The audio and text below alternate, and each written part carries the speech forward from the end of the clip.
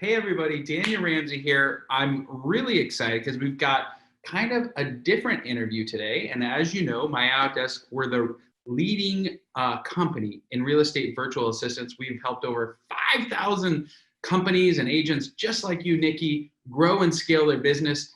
If you stay to the end, we're going to give away basically a copy of our book. Nikki, did you know we just finished a book? I did not know that. Ooh, you got to get it. You got to get it. So okay. If you're here with us live, we've got a bunch of people kind of chiming in right now. But if you're here with us, just let us know. Just let us know where you're from and in the chat where you're from and how hot is it. It's going to be, I'm going to just start. Nikki, I don't know how hot it's going to be where you are, but in Sacramento, California, I'm writing this down right now. Sacramento, it's going to be 107 today. I love that face. And if you're listening, guys, we've got a really special guest.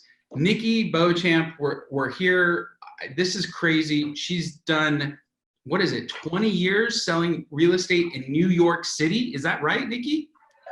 Just about, almost 20 years, yeah. Almost 20 years. So we're going to hear all kinds of things about her and the journey and what's it like to be there.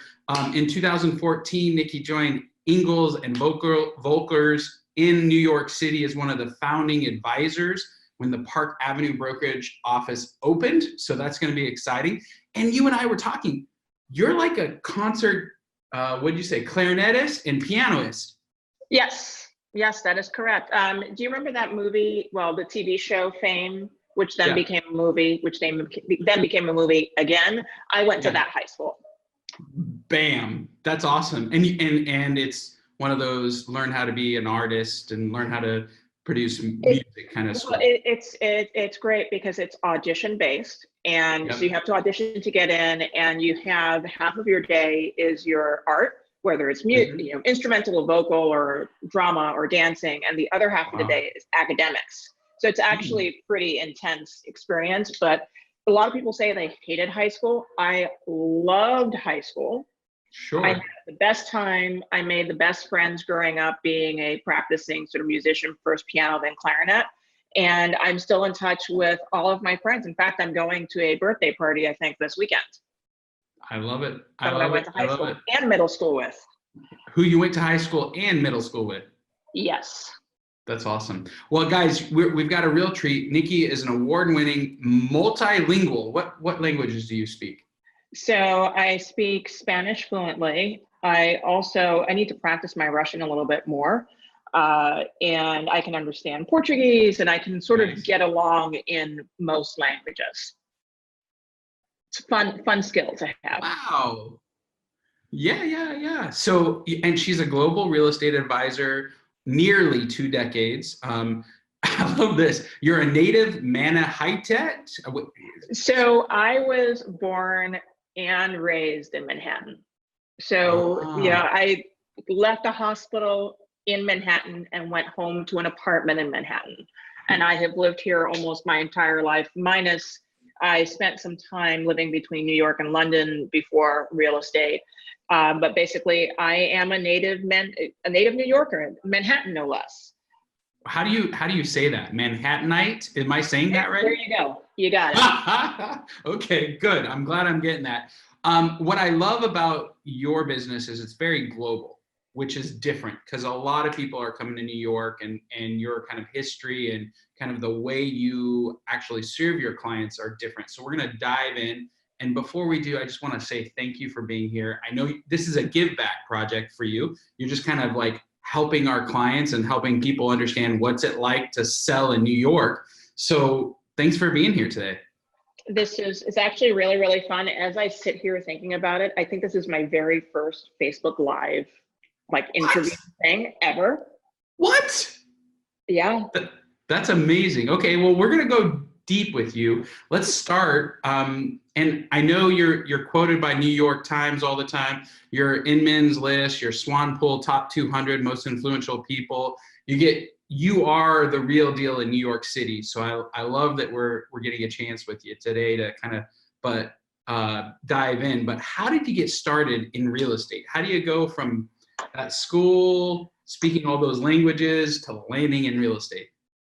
So it was never my intent to end up in real estate. I was in finance and technology. And because I was born here and I grew up here, I went to public schools here. I went to public elementary school and middle school and high school. And then I went to NYU because it was a good idea. It made sense for a number of reasons. So every time someone moved to New York, people would say, "Hey, in the office, you need to talk to Nikki.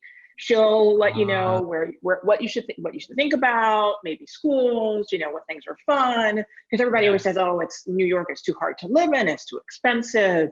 How am I going to raise a family here?" All of these things. So I would get those questions, and then I had a very good friend at the time, and I would say, "Okay, well, now you should talk to my friend Jane."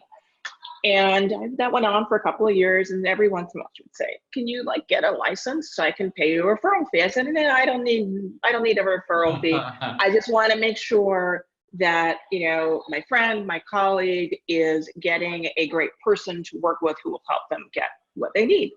Right. And one year she showed up at my holiday party, and the referrals I sent her that year, just those referrals had paid for a brand new car outright for her. And she says, "Well, if you get your license, I can do something other than give you, like a coffee gift card, because you can't make a referral fee to someone who doesn't have a license." And then I said, "Well, maybe I'll take a look and I'll sit for my license." And so I had some vacation time, and I sat and I did my license. And then a couple of years went by, and I said, "Oh, I think I'm ready for something new." I was a little burnt out. Sure. Not surprising, finance in New York. So then I started selling. That's awesome. Basically how I got into it. It was totally an accident. I love it. Not I love it. intending to do it. And You weren't intending. It's probably one of the best decisions that I made for a variety of just professional and also personal reasons. So I'm glad I did it. It's been good for you and your family, is what you're saying. It's been very good for my family. My mom passed away last year, and if I had been in a different industry or in my past career, I would never have had the ability to sort of structure myself to be able to be there as much as I was in the years that she was quite ill. That's amazing. Well, let's talk about what made you choose your current brokerage, and how do you serve your clients that's different, or how do you kind of stand out in New York City? Well, so it's actually really funny. I was at an Inman conference, and I connected with an individual. It's actually a really funny story. I was standing with someone that I had only known through Twitter and then later Facebook. And it was our first time meeting each other. And she was going to run off to go see a show. But she's like, "We need a photo." It doesn't happen if we don't have a photo. But for us, it was just like, we want a photo together. So we were trying to do the whole selfie thing. And this was before everybody was great at selfies. And I still suck at selfies. I actually keep taking selfies. So we asked a guy who was standing at this cocktail party to take our photo. Yeah, and perfect. He took our photo. And then I heard his voice, and I said, "You said something interesting during one of the sessions that I actually didn't agree with." So I kind of not necessarily started an argument, but I started a very spirited discussion. He and I became friends. He eventually introduced me to the CEO of E&B, which now E&B Americas. And we had some discussions when they were thinking about opening up in New York City. And then I eventually made the switch. I thought it would be a really good fit for me because my business is sort of twofold. It's the people who are here in New York, the people who are here in the United States, but it's also the people who are coming from overseas because of my background and friends and family connections. So it was kind of a perfect match. And so that's why I made the switch. And I was actually basically one of the very first. That's awesome. I love it. Okay, so let's dive into some of your cooler deals. Whoa. Being in New York City, so you have celebrities, you have huge deals. Talk to us about one of the craziest or coolest kind of New York deal that you've been on. My craziest deal and it's still my craziest deal until this point in time. Some have Good. come not even close.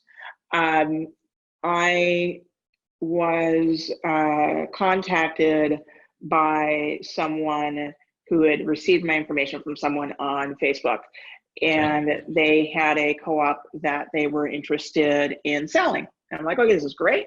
I sell co-ops in Manhattan. This is perfect. Yeah.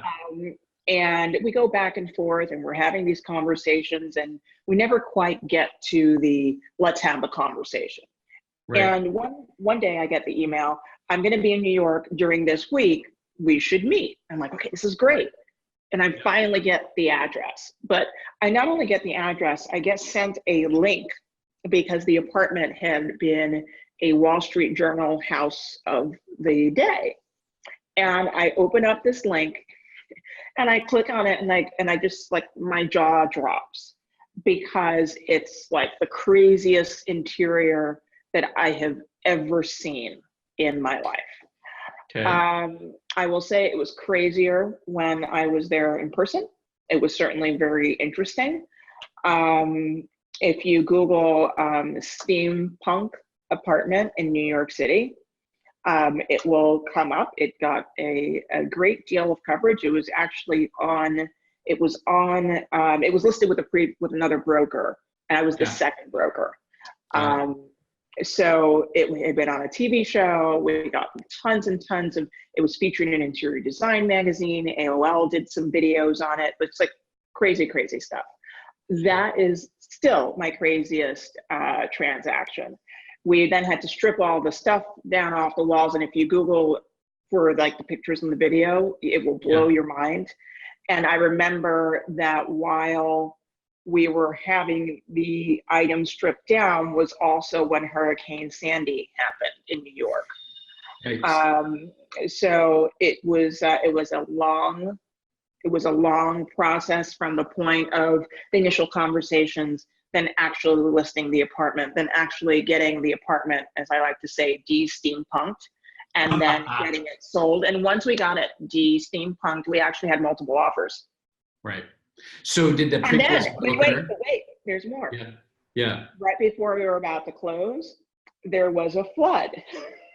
So then the owner had moved out, so I had to help manage sort of that process, interfacing with the co-op, and also there was a commercial space. So yes, so it was just all sorts of fun. What did that property sell for? Just out of curiosity. It was 1.4 something.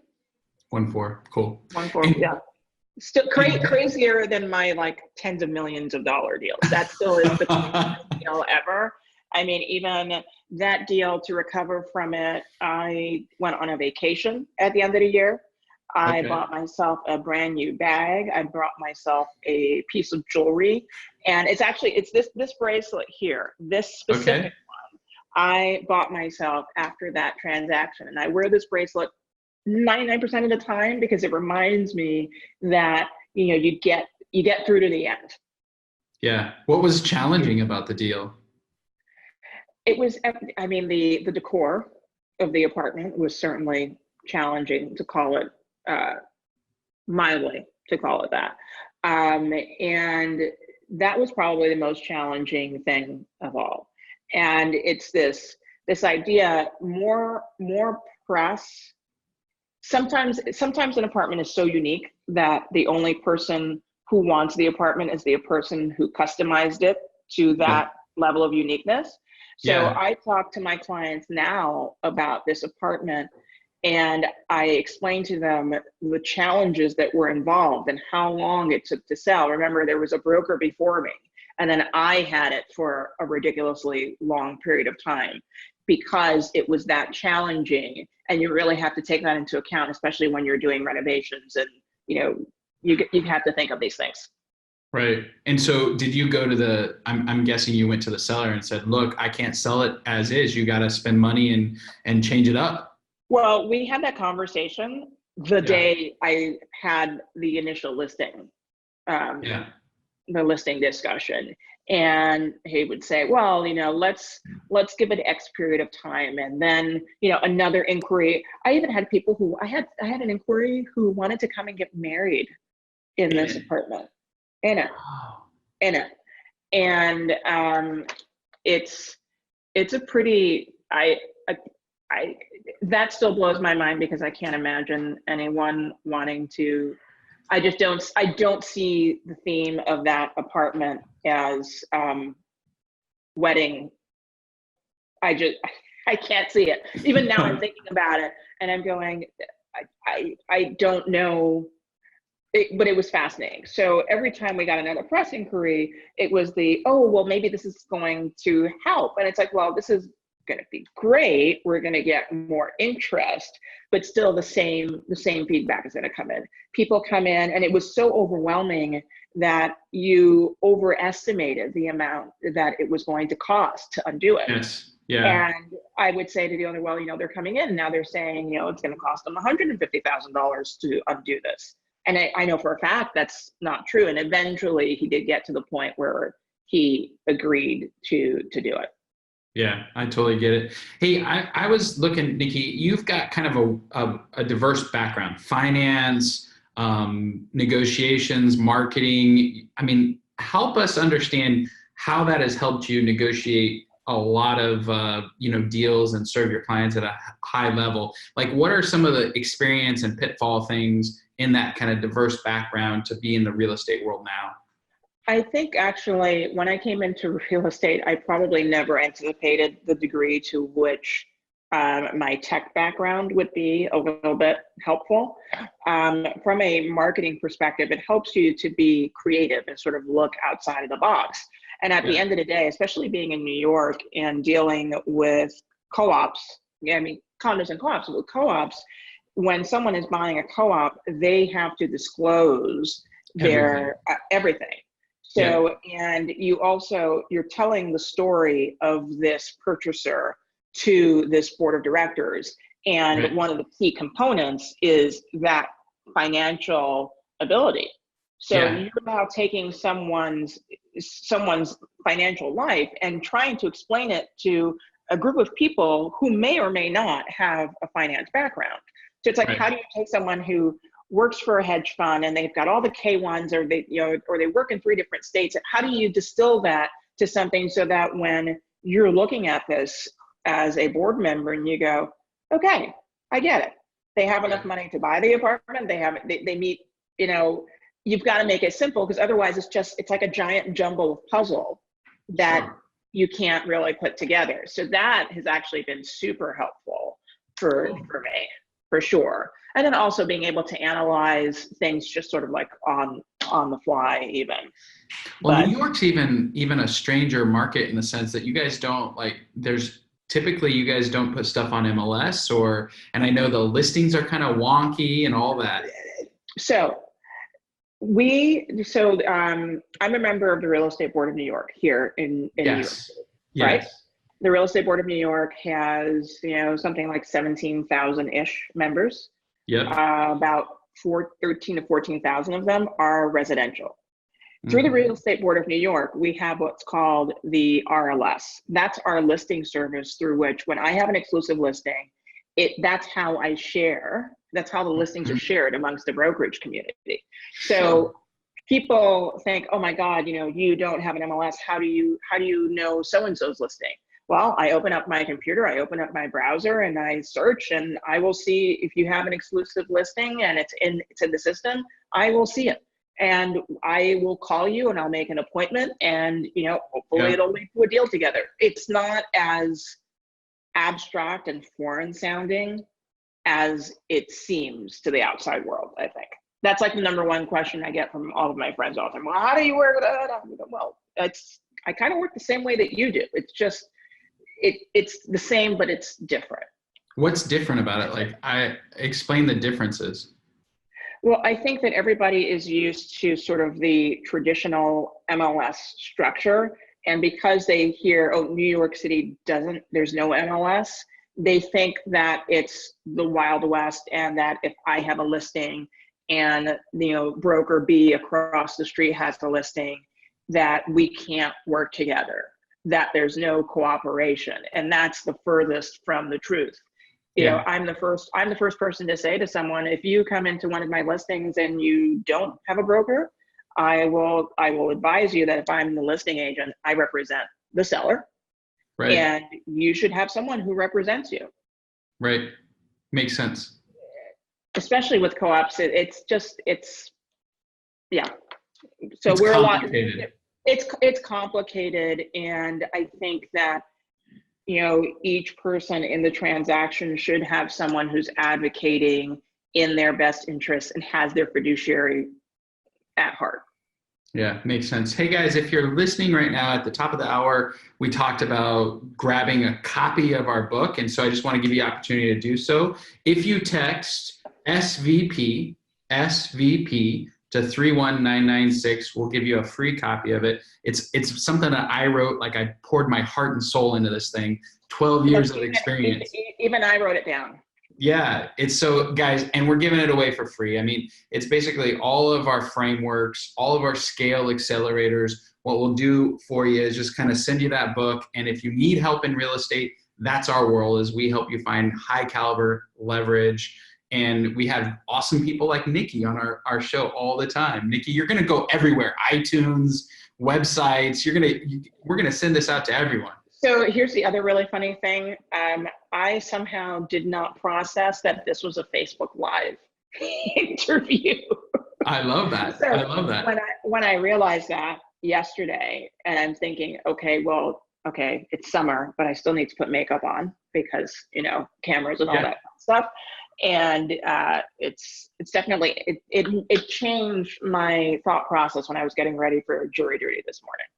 There you go. I get it. Lenny mentioned, he just says, Nikki, I agree. I do the same thing. I'm very concerned about dual agency. And I think as the industry is shifting away from, or towards, I guess, more information in the consumer's hands, I think the idea of having your own broker is also. So Lenny, me, you, and Nikki, we're 100% tied. And I think there's a distinction. And of course, in every jurisdiction, it's different. But like, as an example, if I have a listing and someone in my office brings a buyer, each person has their own, their own designated representative, which is distinct, and we're both within the same brokerage. So it's brokerage level dual agency. That fine. But me as an individual, I avoid it as much as I possibly can.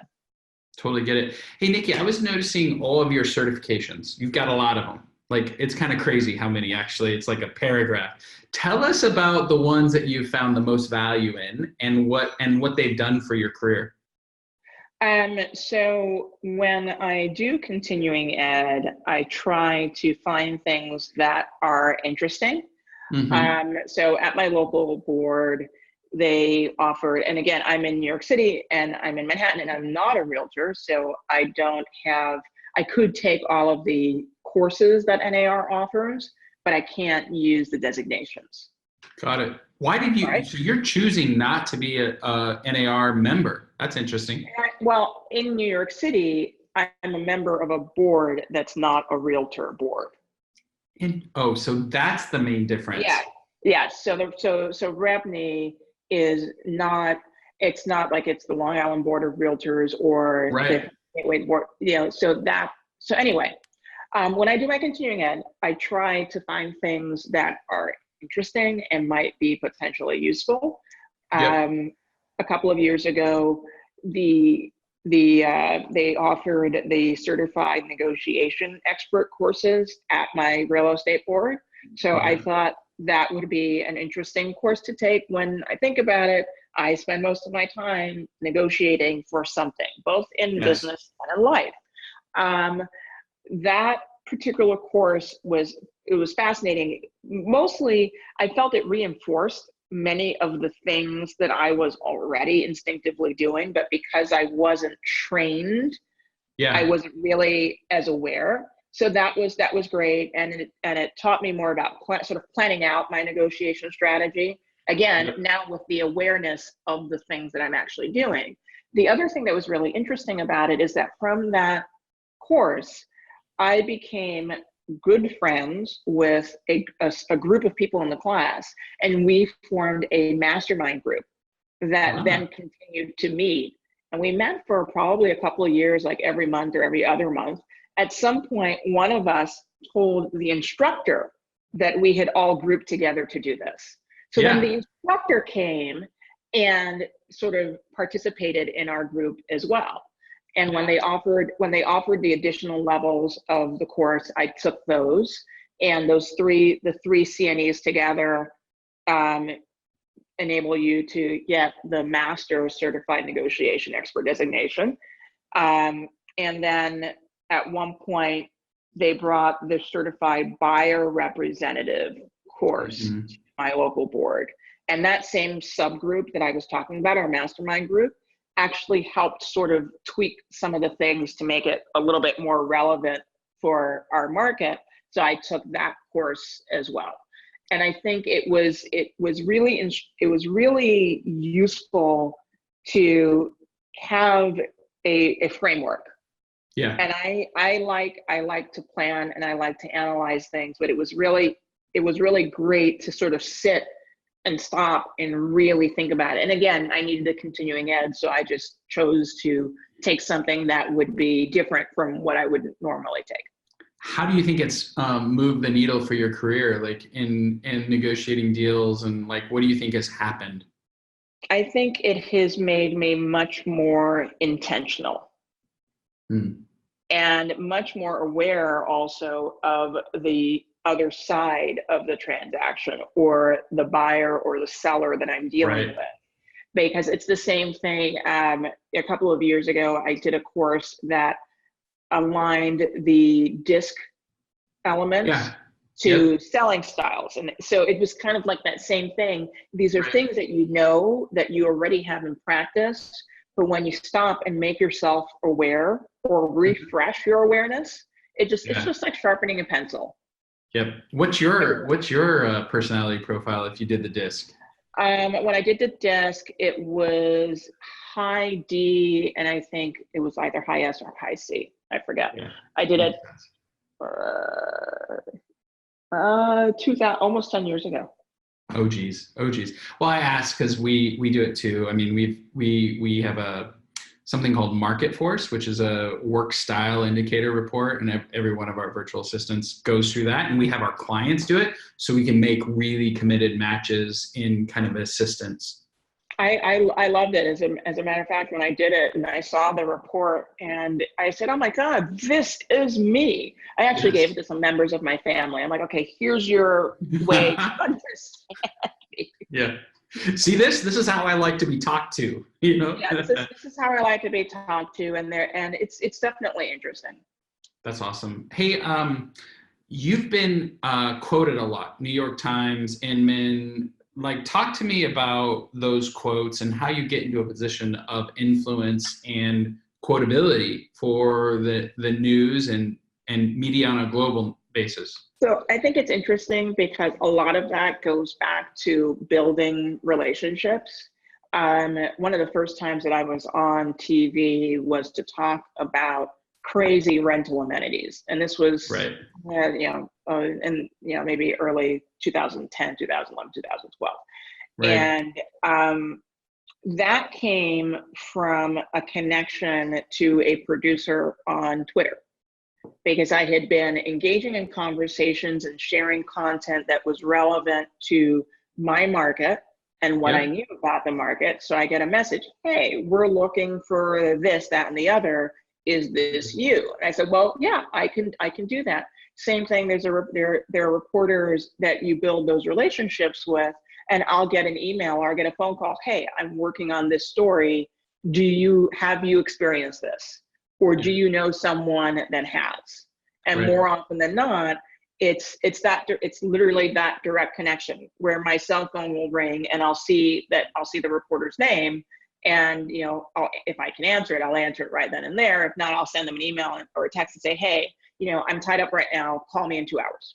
Yeah, makes sense. So you're just making okay, I'm going to break it down because my brain works like 1, 2, 3. What you've done is you find interesting content in your local real estate market. You hold yourself out as the expert and put that content out in the world. And then you've created relationships with other people by stalking the right appropriate people and being involved in their world. It's interesting because it's sometimes it's not even necessarily stalking. Some of these things sort of evolved organically. And years ago, I don't write as often now as I used to before, but I used to write a couple of blog posts every week. And one of them every Monday was my market observations.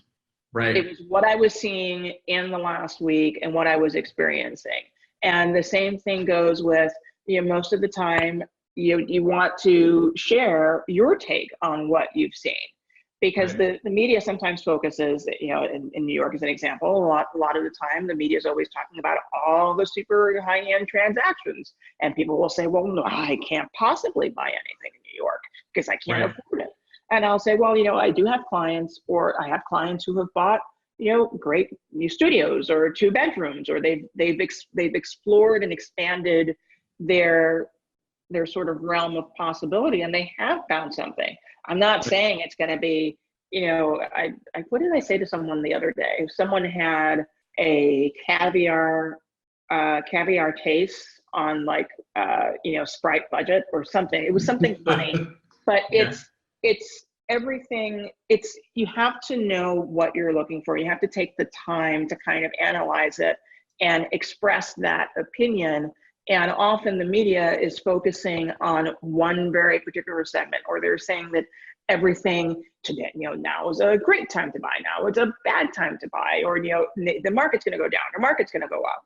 And at the end of the day, what really matters is your personal situation.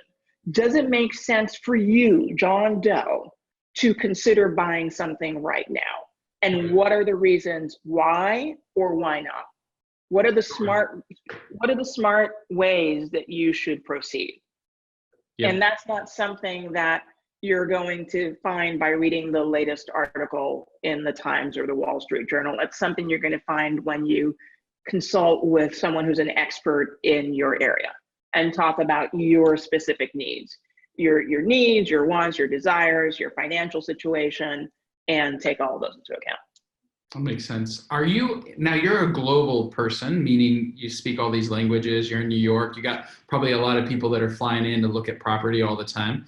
Like what's that business been like for you? Like, I'm kind of curious how you service somebody who's in Japan, for instance, who needs an apartment in New York, like what does that look like?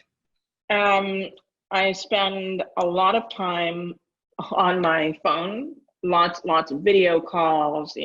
I practically live in WhatsApp most of the time, and it's very often trying to, whether you're in Japan or you're in New York, one of the first things that I want to do with you is have an initial consultation where we talk about what it is that you're looking for, whether or not it's really possible, and what the plan should be going forward to actually try to achieve that.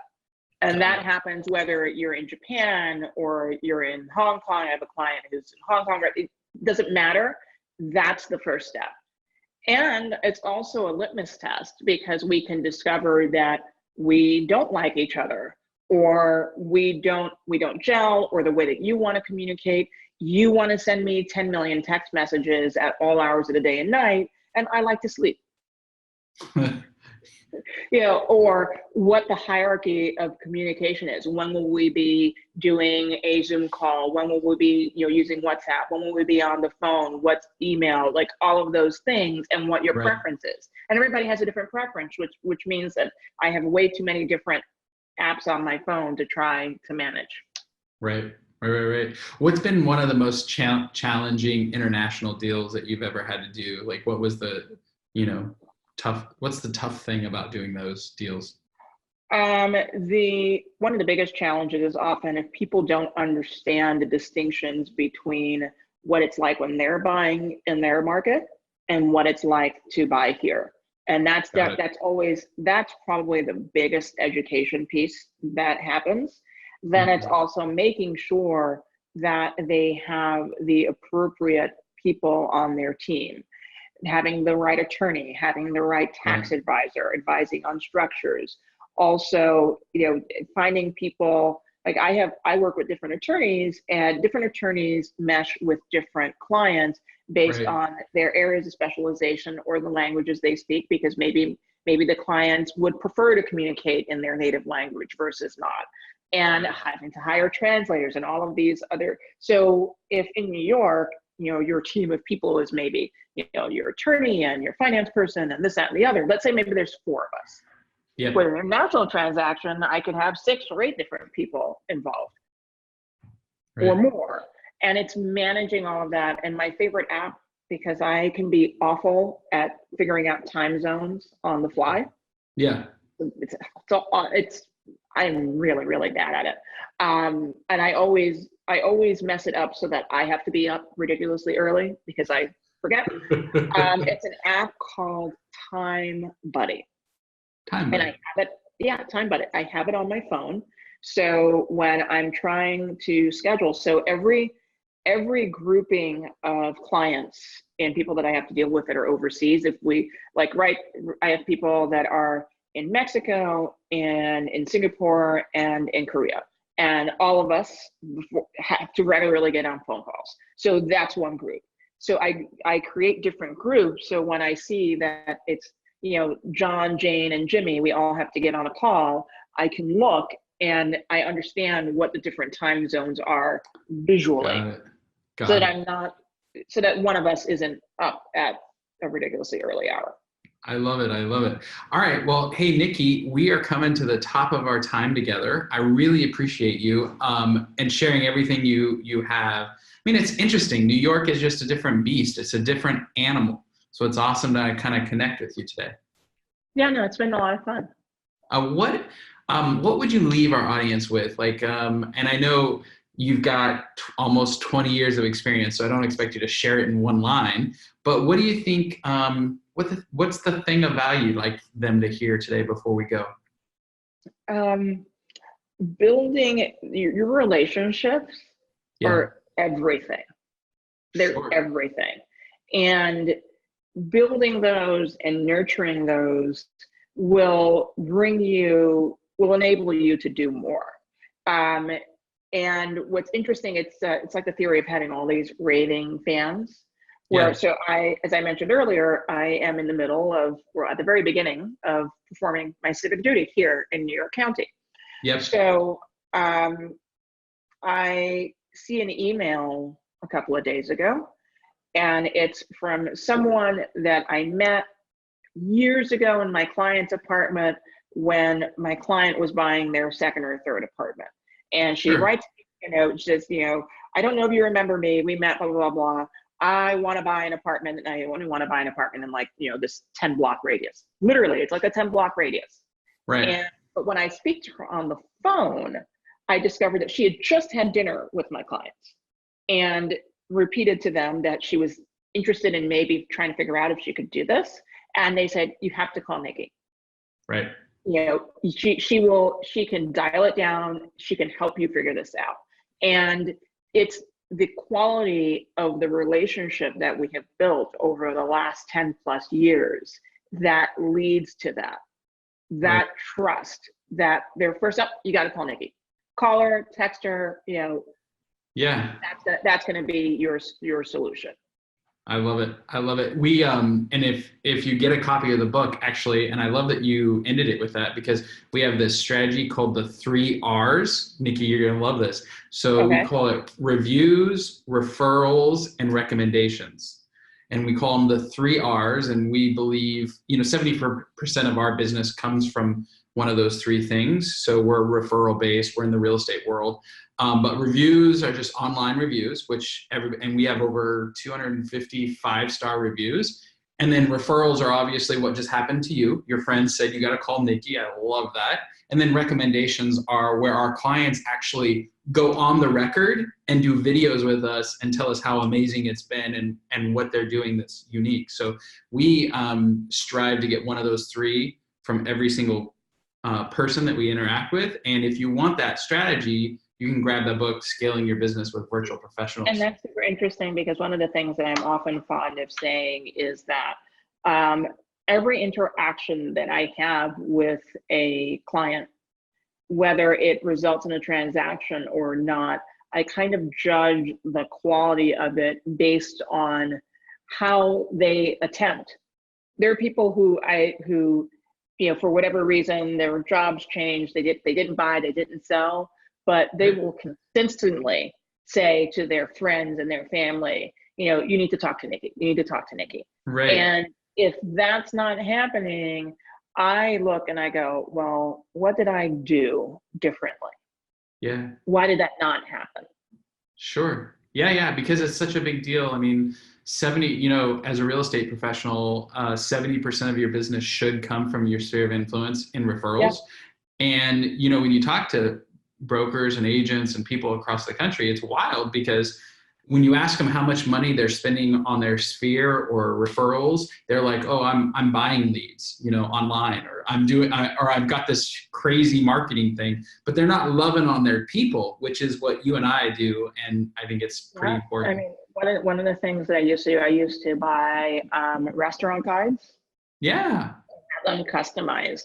And they went out to my clients, they went out to people who sent me business, but to like my very, very, like my, let's say my top like 5 or 10% that constantly was sending, the note, there was a handwritten note with each one. But if you were in that top sort of, let's say that A group of client, your note actually said, I look forward to taking you to enjoying a meal with you.